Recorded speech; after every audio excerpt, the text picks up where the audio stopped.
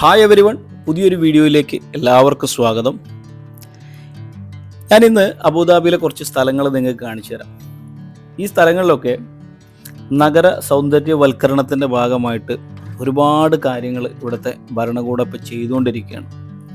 റോഡിൻ്റെ വശങ്ങളിലുള്ള ഒഴിഞ്ഞു കിടക്കുന്ന സ്ഥലങ്ങളിലൊക്കെ തന്നെയും ഈ കാണുന്ന രീതിയിലുള്ള സൈക്കിൾ ട്രാക്കുകൾ, നടപ്പാതകൾ, ഇതുപോലത്തെ പുൽത്തകിടികൾ, മരങ്ങൾ ഒക്കെ വെച്ച് പിടിപ്പിക്കുകയാണ്. അതൊക്കെ തന്നെയും അബുദാബിയെ മൊത്തത്തിൽ സൗന്ദര്യവൽക്കരിക്കുക എന്നുള്ള ഉദ്ദേശത്തോടു കൂടിയാണ്. ഞാനിപ്പോൾ നടക്കുന്ന ഈ ഭാഗം അബുദാബി സിറ്റിയിൽ നിന്ന് ഏകദേശം ഒരു 15-16 കിലോമീറ്റർ മാറിയിട്ടുള്ളൊരു ഭാഗമാണ്. ഇവിടങ്ങളിലൊക്കെയും അതായത് ഒരു 2 മാസം 3 മാസം മുൻപൊന്നും പ്രത്യേകിച്ചൊന്നും ഉണ്ടായിരുന്നില്ല, ഒഴിഞ്ഞ് കിടക്കുന്ന സ്ഥലങ്ങളായിരുന്നു. ആ സ്ഥലങ്ങളിലൊക്കെ ഇപ്പോൾ ഇതുപോലെ അവർ പുറത്തുനിന്ന് മണ്ണൊക്കെ കൊണ്ടുവന്ന് അതിൽ ഡ്രിപ്പ് ഇറിഗേഷനൊക്കെ ചെയ്ത് മാസങ്ങളോളം വെള്ളം നനച്ച് ആ മണ്ണിനെ ഫലഭൂയിഷ്ടമാക്കിയിട്ട് അതിൽ ചെടികളൊക്കെ നട്ടുപിടിപ്പിച്ച് ഇപ്പോൾ ഈ കാണുന്ന രീതിയിലേക്ക് മാറ്റിയെടുക്കുകയാണ്. അതായത് വളരെ പ്രതികൂലമായിട്ടുള്ളൊരു കാലാവസ്ഥ ഉള്ള സ്ഥലമാണ്. ചൂട്, അതുപോലെ ഹ്യൂമിഡിറ്റി, മണ്ണല്ല. അപ്പോൾ അതിൽ നിന്നൊക്കെ അവർ വെല്ലുവിളിച്ചുകൊണ്ടാണ് ഇങ്ങനത്തെ കാര്യങ്ങളൊക്കെ ചെയ്തത്. പിന്നെ അത് മാത്രമായിട്ടുള്ള വളരെ ആസൂത്രിതമായിട്ടുള്ള നിർമ്മാണ രീതിയാണ് നമുക്കിവിടെ കാണാൻ സാധിക്കുക. ഇപ്പോൾ ഇവരൊരു ചെടി നടുകയാണെങ്കിൽ കൂടി അതിന് നമ്മൾ വീഡിയോയിൽ കണ്ട പോലെ പൈപ്പ് ഇറിഗേഷനും കാര്യങ്ങളും ഒക്കെ ചെയ്ത് ഒരു നിശ്ചിത അളവിൽ കൃത്യമായ ഇടവേളകളിൽ വെള്ളം ലഭിക്കുന്ന രീതിയിലാണ് ഇതൊക്കെ ചെയ്തെടുത്തിട്ടുള്ളത്. ഈ കാണുന്ന ഭാഗത്തൊക്കെ 2 മാസം മുൻപേ വരെ പ്രത്യേകിച്ച് ഒന്നും ഉണ്ടായിരുന്നില്ല, കുഴിഞ്ഞു കിടക്കുന്ന ഒരു സ്ഥലമായിരുന്നു. ഇപ്പോഴും പണി പൂർണ്ണമായിട്ടും കഴിഞ്ഞിട്ടില്ല. ഇവിടെ ഇപ്പോൾ സൈക്കിൾ ട്രാക്ക് നിർമ്മിച്ചു, അപ്പുറത്ത് നടപ്പാത നിർമ്മിച്ചുകൊണ്ടിരിക്കുന്നു, ചെടികളൊക്കെ വെച്ച് പിടിപ്പിച്ചിട്ടേ ഉള്ളൂ, മനോഹരമാക്കിക്കൊണ്ടിരിക്കുകയാണ്. അതുപോലെ മറ്റൊരു കാര്യം എന്താണെന്ന് വെച്ച് കഴിഞ്ഞാൽ ഇവിടുത്തെ മിക്ക ബിൽഡിങ്ങുകളും റോഡിൽ നിന്ന്, ഹൈവേയിൽ നിന്ന് ഒരുപാട് ഉള്ളിലേക്ക് മാറിയിട്ടാണ് സ്ഥിതി ചെയ്യുന്നത്. അതിൻ്റെ ഒരു ഗുണം എന്താണെന്ന് വെച്ച് കഴിഞ്ഞാൽ ഇതിൻ്റെ മുന്നിലൂടെയാണ് ഇപ്പോൾ ഈ സൈക്കിൾ ട്രാക്ക്, നടപ്പാതകൾ, പൂന്തോട്ടങ്ങൾ, മരങ്ങൾ ഒക്കെ ഇപ്പോൾ ഇവിടുത്തെ ഭരണകൂടം വെച്ച് പിടിപ്പിച്ചിട്ടുള്ളത്. അതിൻ്റെ ഗുണം തീർച്ചയായിട്ടും ഈ ബിൽഡിങ്ങുകളിലൊക്കെ പ്രവർത്തിക്കുന്ന സ്ഥാപനങ്ങൾക്കാണ് കിട്ടുക. അപ്പോൾ നമ്മുടെ നാട്ടിൽ കൊമേഴ്ഷ്യൽ പ്രോപ്പർട്ടികളൊക്കെ നിർമ്മിക്കുന്ന അല്ലെങ്കിൽ നിർമ്മിക്കാൻ പ്ലാൻ ചെയ്യുന്ന ആളുകളോടാണ് എനിക്ക് പറയാനുള്ളത്, ഇവിടുത്തെ ഭരണകൂടം ചെയ്യുന്ന ഈ കാര്യങ്ങളൊക്കെ നമുക്ക് മാതൃകയാക്കേണ്ടതാണ്. ഇപ്പം നമ്മുടെ നാട്ടിലൊരു ബിൽഡിംഗ് നിർമ്മിക്കുമ്പോൾ നമ്മൾ റോഡിൽ നിന്ന് നമ്മൾ അനുവദിച്ച സ്ഥലത്ത് നിന്ന് 3 മീറ്റർ മാറിയിട്ടാണ് നമ്മൾ നിർമ്മിക്കേണ്ടത്. അതിന് പകരം നിങ്ങൾക്ക് കുറച്ച് സ്ഥലം ഉണ്ടെങ്കിൽ പരമാവധി സ്ഥലം മുൻവശത്ത് വിട്ടിട്ട്, അതായത് പാർക്കിങ്ങിനുള്ളതും അല്ലാത്തതും ഒക്കെ ആയിട്ട് കുറച്ച് പരമാവധി പിന്നിലേക്ക് നിൽക്കുന്ന രീതിയിൽ ബിൽഡിങ് നിർമ്മിക്കുകയാണെങ്കിൽ നമുക്ക് ആ സ്ഥലം നല്ല രീതിയിൽ പ്രയോജനപ്പെടുത്താം. അതിലൂടെ നിങ്ങൾക്ക് നിങ്ങളുടെ വരുമാനവും വർദ്ധിപ്പിക്കാൻ പറ്റും. മാത്രമല്ല നമ്മുടെ ബിൽഡിങ് ഒരു ലാൻഡ്മാർക്കായിട്ട് അറിയപ്പെടുകയും ചെയ്യും. നമുക്ക് ഇവിടെയൊക്കെ നോക്കാം. ഇവിടെയൊക്കെ കണ്ടില്ലേ, റോഡിൽ നിന്ന് ഒരുപാട് ഉള്ളിലേക്ക് മാറിയിട്ടാണ് ഇവരുടെ ഓരോ കെട്ടിടങ്ങളും ഇവർ നിർമ്മിച്ചിട്ടുള്ളത്. നമ്മുടെ നാട്ടിലൊക്കെ കണ്ടുവരുന്നത് എന്താണെന്ന് വെച്ച് കഴിഞ്ഞാൽ ഒരു ബിൽഡിംഗ് അവർ കെട്ടും, പക്ഷെ അതിനൊരു പ്രത്യേകമായിട്ടുള്ള ഒരു ഡിസൈനോ അല്ലെങ്കിൽ ഒരു ഭംഗിയോ ഒന്നും ഉണ്ടാവില്ല. ഒരു സ്ട്രക്ചർ മാത്രം നിർമ്മിച്ച് അതിൽ പിന്നെ വരുന്നത് ആരാണോ അവരുടെ ഓരോ രീതിയിൽ ഓരോ ഷോപ്പ് ചെയ്യുന്നു, അതിൻ്റെ എക്സ്റ്റീരിയറൊക്കെ തോന്നുന്ന രീതിയിലാണ് നിർമ്മിക്കുന്നത്.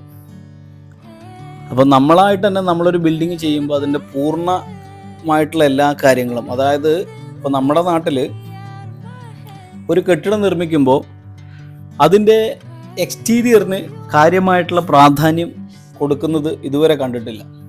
പക്ഷെ നമുക്ക് ഇവിടങ്ങളിലൊക്കെ നോക്കിയാൽ മനസ്സിലാവും, ഒരു ബിൽഡിങ്ങിൻ്റെ എക്സ്റ്റീരിയറിൻ്റെ രൂപത്തിന് വളരെയധികം ഇമ്പോർട്ടൻ്റ് ഉണ്ട്. അതുപോലെ പ്രാധാന്യം ഇതിൻ്റെ ഇൻറ്റീരിയറിനുണ്ട്. എക്സ്റ്റീരിയറിൻ്റെ രൂപമാണ് ആ ഒരു സ്ഥലത്തിൻ്റെ വളർച്ച പോലും നിർണ്ണയിക്കുന്നത്. ബിൽഡിങ്ങിൻ്റെ നമ്മുടെ കെട്ടിടങ്ങളുടെ ഒരു ഭംഗിയാണ് ആ സ്ഥലത്തിൻ്റെ ആ സ്ഥലം എത്രത്തോളം വളർന്നു എന്നുള്ളത് പോലും നിർണ്ണയിക്കുന്നത്. ഇപ്പോൾ ഇവിടങ്ങളിലൊക്കെ ഉള്ള കെട്ടിടങ്ങളൊക്കെ നോക്കുക, ഇതെല്ലാം ഒരേ നിരയിൽ കൃത്യമായ ഉയരത്തിൽ, അതുപോലെ ഒന്നും അനാവശ്യമായിട്ടുള്ള ഒരു കാര്യങ്ങളും ഇല്ലാതെയാണ്, അതായത് അനാവശ്യമായിട്ടുള്ള ബോർഡുകളോ അല്ലെങ്കിൽ എഴുത്തുകുത്തുകളോ അല്ലെങ്കിൽ പരസ്യങ്ങളോ ഒന്നും നമുക്കിവിടെ കാണാൻ സാധിക്കില്ല. അപ്പോൾ നമ്മുടെ നാട്ടിൽ പുതിയ കെട്ടിടങ്ങളൊക്കെ പണിയാൻ ആഗ്രഹിക്കുന്നവരോടാണ്, നിങ്ങൾ ഒരു കെട്ടിടം നിർമ്മിക്കുമ്പോൾ നിങ്ങൾക്ക് ഉള്ള സ്ഥലത്ത്, ഇപ്പോൾ ഉദാഹരണം പറയുകയാണെങ്കിൽ ഒരു 10 സെൻറ്റ് സ്ഥലമാണ് നിങ്ങൾക്ക് ഉള്ളതെങ്കിൽ അതിൻ്റെ പരമാവധി പാർക്കിംഗ് സ്പേസ് ഒക്കെ ഒഴിവാക്കിയിട്ട് നിങ്ങൾ ഈ നമ്മുടെ നാട്ടിൽ കോമൺ ആയിട്ട് കണ്ടുവരുന്നൊരു സംഭവമാണ് ഈ ഷട്ടർ റൂമുകൾ നിർമ്മിക്കുക എന്നുള്ളത്. ഒരു 10 സെൻറ്റ് ആണെങ്കിൽ ഒരു 6-7 മുറികളുള്ള ഒരു ഷട്ടർ റൂം നിർമ്മിക്കും. അതിനകത്ത് എവിടെയെങ്കിലും ഒരു ഭാഗത്ത് ഒതുങ്ങിക്കൂടി ഒരു ബാത്റൂമും നിർമ്മിക്കും. അത് അങ്ങനത്തെ ശൈലിയൊക്കെ നമ്മൾ മാറ്റേണ്ട സമയം എപ്പോഴോ കഴിഞ്ഞിരിക്കുന്നു. കാരണം അങ്ങനെ ചെയ്യുമ്പോൾ ഉള്ളൊരു പ്രശ്നം എന്താണെന്ന് വെച്ച് കഴിഞ്ഞാൽ, നിങ്ങൾക്കിപ്പോൾ ഒരു റൂമിൽ നിന്ന് മാക്സിമം 3000 അല്ലെങ്കിൽ 4000 ഒക്കെയാണ്, അതായത് ഉൾ ഏരിയകളൊക്കെ ഉള്ള സ്ഥലത്താണ് ഞാൻ പറഞ്ഞത്, 4000, 5000 ഒക്കെയാണ് പ്രതിമാസം നിങ്ങൾക്ക് ലഭിക്കുള്ളൂ. പക്ഷേ നിങ്ങൾ അത് കുറച്ച് നൂതനമായിട്ടുള്ള രീതിയിൽ ചെയ്യുകയാണെങ്കിൽ, നിങ്ങൾക്ക് ഒരു നല്ലൊരു ഡിസൈനറെയോ അല്ലെങ്കിൽ ഒരു ആർക്കിടെക്റ്റിനെയൊക്കെ കൺസൾട്ട് ചെയ്തിട്ട് നമ്മളുടെ നാട്ടിൽ ഇപ്പോൾ ഏതൊക്കെ ആ ഭാഗത്ത് ഇനി വരാൻ സാധ്യതയുള്ള സംരംഭങ്ങൾ ഉണ്ടോ നോക്കുക. ഇപ്പോൾ ബാങ്ക് ആയിക്കോട്ടെ, പല പല ഓഫീസുകളാവാം, ഇൻഷുറൻസ് സ്ഥാപനങ്ങളാവാം, വാഹനങ്ങളുടെയൊക്കെ ഷോറൂമുകളുണ്ടല്ലോ അതാവാം, സർവീസ് സെൻ്ററുകളാവാം, ഇതൊക്കെ ഉണ്ട്. അപ്പോൾ നമ്മൾ അതിനനുസരിച്ചിട്ട് ഒരു നൂതനമായിട്ടുള്ള രീതിയിൽ ഒരു കോംപ്ലക്സ് ശൈലിയിലൊക്കെ ബിൽഡിങ് നിർമ്മിക്കുക. പരമാവധി മുൻവശത്തൊക്കെ പാർക്കിംഗ് ഒക്കെ കൊടുത്ത് അടിസ്ഥാന സൗകര്യങ്ങൾ, അതായത് ബാത്റൂം ഫെസിലിറ്റികൾ, മറ്റുള്ള കാര്യങ്ങളൊക്കെ, ഇപ്പോൾ 2 നില ബിൽഡിംഗ് ആണെങ്കിൽ ഓരോ നിലയിലും സെപ്പറേറ്റ് ആയിട്ട് നിങ്ങൾ ബാത്റൂം ഫെസിലിറ്റികൾ കാര്യങ്ങളൊക്കെ കൊടുത്ത് ചെയ്യുമ്പോൾ അതിൻ്റെ ഒരു ഗുണം എന്താണെന്ന് വെച്ച് കഴിഞ്ഞാൽ, നിങ്ങൾക്ക് നോർമൽ ഇപ്പോൾ അവിടെ ആ ഒരു പ്രദേശത്ത് ഒരു റൂമിന് 3000, 4000 അല്ലെങ്കിൽ ഒരു 5000 ഒക്കെയാണ് പ്രതിമാസം വരുമാനമുള്ളൂ എങ്കിൽ കിട്ടുന്നൊരു സ്ഥലമാണെങ്കിൽ, നിങ്ങളുടെ ഈ ഒരു കോംപ്ലക്സ്, നിങ്ങളുടെ നൂതനമായിട്ടുള്ള ആശയങ്ങളൊക്കെ കാരണം നിങ്ങൾക്ക് അത് വളരെ നല്ല രീതിയിൽ റെൻ്റ് ഔട്ട് ചെയ്യാൻ പറ്റും. പിന്നെ നമ്മുടെ നാട്ടിൽ ഒരു ബിൽഡിങ് ചെയ്യുമ്പോൾ അതാരും അതിൻ്റെ എക്സ്റ്റീരിയർ ഒന്നും മികച്ച രീതിയിലൊന്നും ചെയ്യാറില്ല. ഇവിടങ്ങളിലൊക്കെ നോക്കുക, ഓരോ ബിൽഡിങ്ങും എത്രത്തോളം മനോഹരമായിട്ടാണ് ചെയ്ത് വെച്ചിരിക്കുന്നത് നോക്കുക. പിന്നെ അതുപോലെ തന്നെ നമ്മുടെ നാട്ടിൽ മറ്റുള്ളൊരു കാര്യമാണ്, ഈ ബിൽഡിങ്ങുകൾ ചെയ്യുമ്പോൾ ബിൽഡിങ് പണി കഴിഞ്ഞാൽ പക്ഷേ അതിൻ്റെ ചുറ്റിലുള്ള ഭാഗമൊക്കെ അതുപോലെ വെച്ച് അങ്ങനെ അങ്ങിടും. അതിനകത്ത് പ്രത്യേകിച്ച് ഒരു കാര്യവും ചെയ്യില്ല. പിന്നെ അലക്ഷ്യമായിട്ട് ഫിക്സ് ചെയ്യുന്ന ബോർഡുകൾ, സൈൻ ബോർഡുകൾ, പിന്നെ അങ്ങനെ ആവശ്യമില്ലാത്ത കുറേ കാര്യങ്ങൾ നമ്മൾ ചെയ്യുന്നുണ്ട്. ഇവിടങ്ങളിലൊക്കെ നോക്കുക, ഒരു ബിൽഡിങ്ങോ അല്ലെങ്കിൽ ഒരു സ്ഥാപനങ്ങളൊക്കെ ആണെങ്കിലും അവർ അതെല്ലാം വളരെ അടുക്കും ചിട്ടോട് കൂട്ടിയാണ് ചെയ്യുന്നത്. അപ്പോൾ നമ്മുടെ നാട്ടിലും നമ്മൾ ആ രീതിയിലൊക്കെ ഒന്ന് ശ്രദ്ധിക്കുകയാണെങ്കിൽ, ഇപ്പം നിങ്ങളുടെ ബിൽഡിംഗ് ഒരു ലാൻഡ്മാർക്കായിട്ട് അറിയപ്പെടും. അങ്ങനെ ലാൻഡ്മാർക്കായിട്ട് അറിയപ്പെടുമ്പോൾ എന്താണെന്ന് വെച്ച് കഴിഞ്ഞാൽ, നമുക്ക് അതിൽ നിന്നുള്ള വരുമാനം നമുക്ക് നല്ല രീതിയിൽ കിട്ടും, ആളുകൾ അറിയപ്പെടും. പിന്നെ അടുത്തൊരു കെട്ടിടം ആരെങ്കിലും നിർമ്മിക്കാനൊക്കെ ഉദ്ദേശിക്കുന്നുണ്ടെങ്കിൽ, നിങ്ങളെ ചെയ്ത ഈ കാര്യങ്ങൾ വെച്ചിട്ട് തന്നെ അവരത് പിൻപറ്റുമ്പോൾ അവരത് ഫോളോ ചെയ്യും. അത് ഫോളോ ചെയ്യുമ്പോൾ എന്താണെന്ന് വെച്ചാൽ, നമ്മൾ ക്രമേണ നമ്മുടെ നാട് വളരും. നമ്മുടെ നാടിനെ വളർത്തുന്നത് നമ്മൾ തന്നെയാണ്. ഇപ്പോൾ ഇവിടങ്ങളിലൊക്കെ ഗവൺമെൻറ് സ്ഥലം മാത്രമേ അനുവദിച്ചിട്ടുള്ളൂ. ഇതെല്ലാം ഒരു പ്രൈവറ്റ്, അതായത് സ്വകാര്യ വ്യക്തികളുടെ പ്രോപ്പർട്ടികൾ തന്നെയാണ്. അപ്പോൾ നമ്മളൊരു കെട്ടിടം നിർമ്മിക്കുമ്പോൾ അതിനൊരു കൃത്യമായിട്ടുള്ള ഡിസൈനും കാര്യങ്ങളൊക്കെ ചെയ്ത് നമ്മൾ എന്ത് ചെയ്യാം, അതിൻ്റെ എക്സ്റ്റീരിയർ നമ്മൾ മനോഹരമാക്കി കൊടുക്കുക. അതിൻ്റെ കൃത്യമായ ഘടന ഒരു 3D ചെയ്ത്, നമ്മുടെ നാട്ടിൽ 3D ഒക്കെ ചെയ്യുന്നുണ്ട്. പക്ഷെ അത് 3D പണി കഴിയുമ്പോൾ 3D ഒരു ഡിസൈനും പണി കഴിഞ്ഞത് വേറെ ഡിസൈനുമായിട്ടാണ് മിക്ക കൺസ്ട്രക്ഷനും ഉണ്ടാവാറുള്ളത്.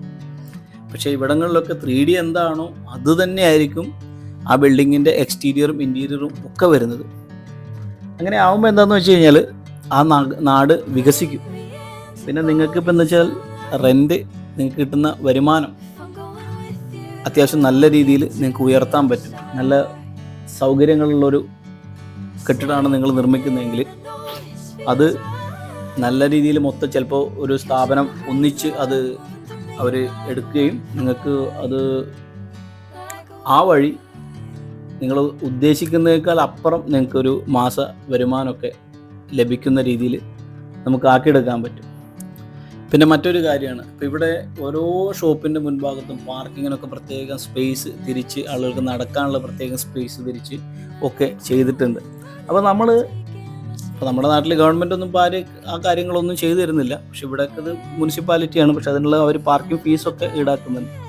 അപ്പോൾ നമ്മളിപ്പോൾ ഒരു ബിൽഡിംഗ് ഒക്കെ നിർമ്മിക്കുമ്പോൾ അതിൻ്റെ മുൻവശത്ത് വരുന്ന ഭാഗങ്ങളൊക്കെ നമ്മൾ കൃത്യമായിട്ടുള്ള പാർക്കിങ് കാര്യങ്ങളൊക്കെ രീതിയിലൊക്കെ ചെയ്തു കഴിഞ്ഞ് കഴിഞ്ഞാൽ അത് മറ്റുള്ളവരുടെ മുമ്പിൽ നമ്മുടെ കെട്ടിടവും അഡ്രസ്സ് ചെയ്യപ്പെടും. നമ്മുടെ നാട് വളരാനുള്ള ഒരു കാര്യം കൂടി ആയിരിക്കും അത്. ഇതുപോലെ കൃത്യമായിട്ടുള്ള ആസൂത്രണം കൊണ്ട് മാത്രമാണ് ഇവർക്ക് ഇവരുടെ ഒരു കെട്ടിടത്തിൽ നിന്ന് മികച്ച രീതിയിലുള്ള വരുമാനം, നല്ല രീതിയിലുള്ള വരുമാനം ഇവർക്ക് ലഭിക്കുന്നത്.